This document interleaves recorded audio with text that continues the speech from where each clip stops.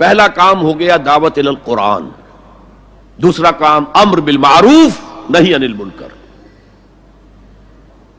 یہ ہم کافی مرتبہ دیکھ چکے ہیں حضرت لقمان کی نصیحتوں میں بھی. یا بنی اقم الصلاۃ وامر بالمعروف وانہی عن المنکر واصبر علی ما اصابک ان ذلک من عزم الامور. اب یہاں پر بھی وہی آیا، نیکی کا حکم دیں، بدی سے روکیں. امر کا لفظ عربی زبان میں صرف حکم کے لیے نہیں آتا، مشورے کے لیے بھی آتا ہے. اسی طریقے سے اور بعض آیات.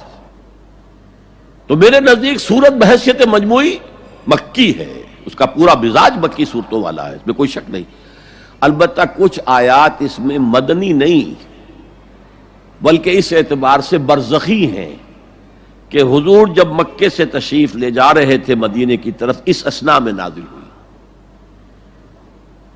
انہی میں وہ آیت ہے الذین ان مکناہم فی الارض اقاموا الصلاۃ وآتوا الزکاۃ وامروا بالمعروف ونہوا عن المنکر. وہ لوگ کہ جنہیں اگر ہم زمین میں غلبہ عطا کر دیں، تمکن عطا کر دیں، طاقت دے دیں، تو وہ نماز قائم کریں گے، زکوٰۃ کا نظام قائم کریں گے، نیکیوں کا حکم دیں گے، بدیوں سے روکیں گے. اس لیے کہ تمکن فی الارض حاصل ہو چکا ہے، اب بدیوں سے جب بالجبر بھی روکا جا سکتا ہے، نیکی کا حکم دیا جا سکتا ہے. زکوٰۃ زبردستی لی جائے گی، دینا چاہو یا نہ دینا چاہو. انکار کرو گے تو تمہارے ساتھ قتال ہوگا. اس لیے کہ اب معاملہ جو ہے صرف واعظ و نصیحت کا نہیں ہے، اب تمکن ہے، غلبہ ہے، طاقت ہے، قوت ہے. تو جہاں جہاں جس جس درجے میں کسی کو بھی کوئی اختیار اور اقتدار ہو، اس پر واجب ہے امر بالمعروف اور نہی عن المنکر. ہیڈ آف دی فیملی پر واجب ہے کہ اپنی فیملی کے اندر وہ یہ فریضہ سر انجام دے، نیکی کا حکم دے، بدی سے روکے. بدقسمتی سے ہمارے ہاں آج کل کچھ لوگوں نے ان دونوں کو علیحدہ علیحدہ کر دیا ہے. نہیں یعنی منکر کرو گے، لوگوں کو روکو گے، ٹوکو گے، سودی کاروبار کرنے کے اوپر جو بھی وعیدیں آئی ہیں وہ اگر سناؤ گے لوگوں کو، وہ بھیڑ چھٹ جائے گی، لوگ سنیں گے نہیں، چلے جائیں گے. میرے ساتھ یہ واقعہ ہوا ہے پاکستان میں. میری انجمن کے مؤسسین میں سے ایک صاحب تھے، ہیں اب بھی زندہ ہیں. انہوں نے مجھ سے آ کر ایک دفعہ کہا کہ ڈاکٹر صاحب ہمارے لیے تو سود کو چھوڑنا ممکن نہیں ہے، ہمارا کاروبار ایسا ہے کہ بینک سے معاملہ کیے بغیر ہم نہیں چل سکتے. اور آپ ہمیں دوسرے تیسرے جمعے میں وہ حدیثیں سنا دیتے ہیں کہ الربا 70 حوبا ایسرها ان ينكح الرجل امه. سود کے جرم کے گناہ کے 70 حصے ہیں، کچھ بڑے ہیں کچھ چھوٹے ہیں. سب سے چھوٹا اس کے مساوی ہے کہ تم کوئی شخص اپنی ماں کے ساتھ زنا کرے. تو یہ حدیث تو ہم سے نہیں سنی جاتی. ہم سود تو نہیں چھوڑ سکتے، آپ کا جمعہ تو چھوڑ سکتے ہیں نا. وہ میرے ہاں جمعہ پڑھنا چھوڑ دیں. اب یہ صورتحال ہے کہ کچھ لوگ اسی خوف سے کہ لوگ بھاگ جائیں گے، دیکھنا ان بستیوں کو تم کے ویرا ہو گئی، یہ جو بھیڑ جمع ہے یہ تو پھر ادھر ادھر منتشر ہو جائیں گے، لہٰذا یہ باتیں نہ کرو. بس بھلی بات ہے، بھلائی اچھا، جب نیکی بڑھے گی بدی خود بخود ختم ہو جائے گی. اگر ایسا تھا تو قرآن مجید کو یہ دونوں اصطلاحات لانے کی کیا ضرورت تھی؟ قرآن مجید میں 9 مقامات پر یہ دونوں اس طرح ساتھ ساتھ آئے ہیں جیسے ایک گاڑی کے 2 پہیے ہوتے ہیں. امر بالمعروف نہی عن المنکر، امر بالمعروف نہی عن المنکر. خود حضور کے لیے سورہ اعراف میں آیا یامرہم بالمعروف وینہاہم عن المنکر. وہ تو ہم پڑھ ہی چکے ہیں سورہ لقمان کا دوسرا رکوع. یا بنی اقم الصلاۃ وامر بالمعروف ونہی عن المنکر. اچھا نیکی کی اگر آپ مشورہ دیں، واعظ کہیں تو کوئی آپ کو کچھ نہیں کہے گا، بلکہ آپ کے گلے میں ہار ڈالیں گے، کچھ نذرانہ پیش کریں گے. زیادہ سے زیادہ آپ نے کچھ کہہ دیا تو گردن جھکا لیں گے. اور آپ نے اگر کہیں نہیں یعنی منکر کا کام کیا تو اب ماتھے پر بل پڑیں گے، شکن پڑیں گے، پھر آپ کو دوبارہ وہاں دعوت نہیں دی جائے گی. اور وائس کم ہے، میٹھی میٹھی باتیں کرتے ہیں، چھوٹے چھوٹے کاموں کے اوپر اتنے اجر و ثواب کا وعدہ کرتے ہیں کہ پھر کوئی بڑا کام کرنے کی ضرورت ہی نہیں. تو وَلْتَكُن مِّنكُمْ أُمَّةٌ يَدْعُونَ إِلَى الْخَيْرِ وَيَأْمُرُونَ بِالْمَعْرُوفِ وَيَنْهَوْنَ عَنِ الْمُنكَرِ۔ اب ایک بات نوٹ کیجئے، قرآن مجید میں 9 مقامات تو وہ ہیں کہ جہاں امر بالمعروف نہی عن المنکر جڑ کر آئے ہیں، گاڑی کے 2 پہیوں۔ اس کے علاوہ متعدد مقامات ہیں جس میں اصل زور نہی عن المنکر پر ہے۔ اہل کتاب کے علماء اور ان کے جو صوفی لوگ ہوتے تھے درویش، ان پر تنقید آئی ہے، لولا ینہاہم الربانیون والاحبار، کیوں نہیں منع کیا ان کے علماء نے، ان کے احبار نے، ان کے صوفیاء نے انہیں حرام خوری سے اور جھوٹ بولنے سے روکا کیوں نہیں، منع کیوں نہیں کیا؟ حدیث میں آتا ہے لَتَأْمُرُنَّ بِالْمَعْرُوفِ وَلَتَنْهَوْنَ عَنِ الْمُنكَرِ أَوْ لَيَخْتِمَنَّ اللَّهُ عَلَىٰ قُلُوبِكُمْ۔ تمہیں لازماً نیکی کا حکم دینا ہے، بدی سے روکنا ہے، ورنہ اللہ لازماً تمہارے دلوں پر مہر کر دے گا۔ اب سنیے، اس نہی عن المنکر کے بھی 3 مرتبے ہیں۔ میں نے کہا تھا نا 3 کا پہاڑا، سہ نکاتی پروگرام۔ پہلے افراد تیار ہوں، تقوی، تدین، اللہ کی فرما برداری، انہیں جوڑا جائے، اور سیمنٹ سبسٹنس قرآن، اس سے جو جمعیت وجود میں آئے اس کے 3 کام۔ اس میں جو آخری ہے نہی عن المنکر، اس کے 3 درجے۔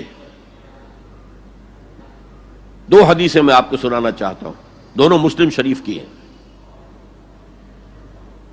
ایک کے راوی ابو سعید الخدری رضی اللہ تعالی عنہ، سمعت رسول اللہ صلی اللہ علیہ وسلم یقول، وہ فرماتے ہیں میں نے اللہ کے رسول کو یہ فرماتے ہوئے سنا، من رأى منکم منکرا فلیغیرہ بیدہ فإن لم یستطع فبلسانہ فإن لم یستطع فبقلبہ وذلک اضعف الایمان۔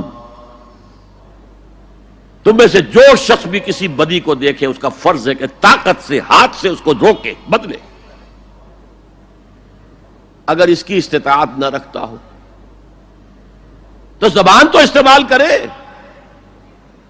گونگا شیطان تو نہ بن جائے، کہے تو صحیح اللہ کے بندے باز آ جاؤ، اے اللہ کے بندو اللہ کے غضب کو دعوت مت دو، کہو تو صحیح۔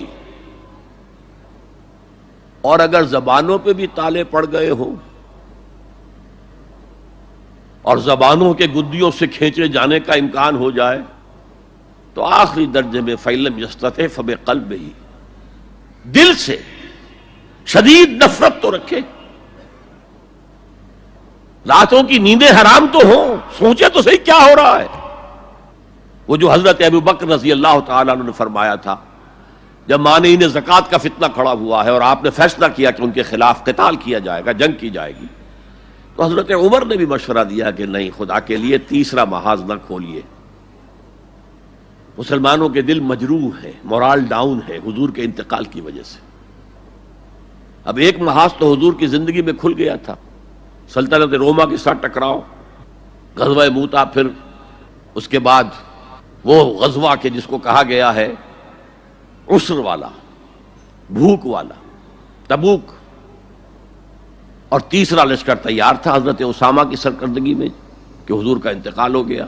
اب حضرت ابو بکر نے فوراً روانہ کر دیا، حالانکہ کچھ صحابہ کی رائے تھی کہ آپ اس کو لشکر کو نہ بھیجیں، اس وقت صورتحال خراب ہے، کاؤنٹر ریولوشنری موومنٹ جیسے میں نے کل کہا تھا اٹھ سکتی ہے، اور ہماری ساری طاقت ہمارے پاس ہونی چاہیے تاکہ ان کاؤنٹر ریولوشنری موومنٹس کو کچلا جا سکے۔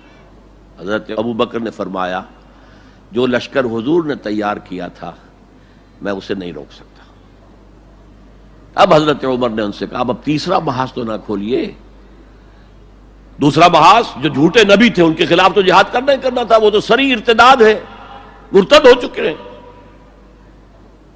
یہ تیسرا جو ہے یہ تو صرف زکوٰۃ دینے سے انکار ہے نا، اور وہ بھی اس وقت شکل یہ تھی کہ ہم زکوٰۃ آپ کو نہیں دیں گے، ہم زکوٰۃ کا نظام خود اپنا رکھیں گے، اپنے امیروں سے لیں گے، اپنے غریبوں کو دے دیں گے، مرکزی حکومت کو نہیں دیں گے۔ اس پر حضرت ابو بکر نے کہا کہ اگر یہ حضور کے زمانے میں زکوٰۃ کے اونٹ کے ساتھ اس اونٹ کو باندھنے والی رسی بھی دیتے تھے، اور اب اگر یہ کہیں گے کہ اونٹ تو لے جاؤ رسی نہیں دیں گے ہم، تب بھی میں قتال کروں گا۔ اور اس وقت جو جملہ کہا ہے ایبدل الدین وانا حی، کیا دین میں تغیر کیا جائے گا جبکہ میں ابھی زندہ ہوں؟ میرے جیتے جی یہ کام نہیں ہو سکتا۔ ہمیں کبھی احساس ہے ہم زندہ ہیں، عیش بھی کرتے ہیں، اچھے سے اچھا کھاتے ہیں، اچھے سے اچھا پہنتے ہیں، دین کس حال میں ہے؟ کہاں ہے؟ پاؤں تلے کجرا جا رہا ہے، استہزاء ہو رہا ہے، تمسخر کیا جا رہا ہے۔ اور یہ نہ سمجھیے کہ میں کوئی ہندوستان کی بات کر رہا ہوں، نہیں، تمام مسلمان ملکوں میں یہی حال ہے۔ ہر جگہ پر کہیں بھی صحیح اسلامی حکومت قائم نہیں، اسلامی نظام قائم نہیں۔ بعض جگہوں پر تھوڑے سے احکام شریعت نافذ ہیں، ان کی اپنی برکات ہے، لیکن نظام تو اسلامی نہیں ہے، دولت کی تقسیم کا نظام اسلامی نہیں ہے، سیاسی نظام اسلامی نہیں ہے۔ اس اعتبار سے ہمارے اندر شدید نفرت تو ہو، اگر یہ نفرت بھی نہیں ہے، اگر بے چینی بھی نہیں ہے، کوئی کڑھن بھی نہیں ہے، فرمایا ذالک اضعف الایمان، یہ ایمان کا کمزور ترین درجہ ہے۔ کیا معنی؟ اس کے بعد پھر ایمان نہیں ہے، نفرت۔ دوسری حدیث سنیے، یہ حضرت عبداللہ ابن مسعود سے ہے رضی اللہ تعالی عنہ، یہ بھی مسلم شریف کی روایت ہے۔ حضور فرماتے ہیں ما بعث اللہ من نبی فی امتہ قبلی الا کان لہ حواریون واصحاب،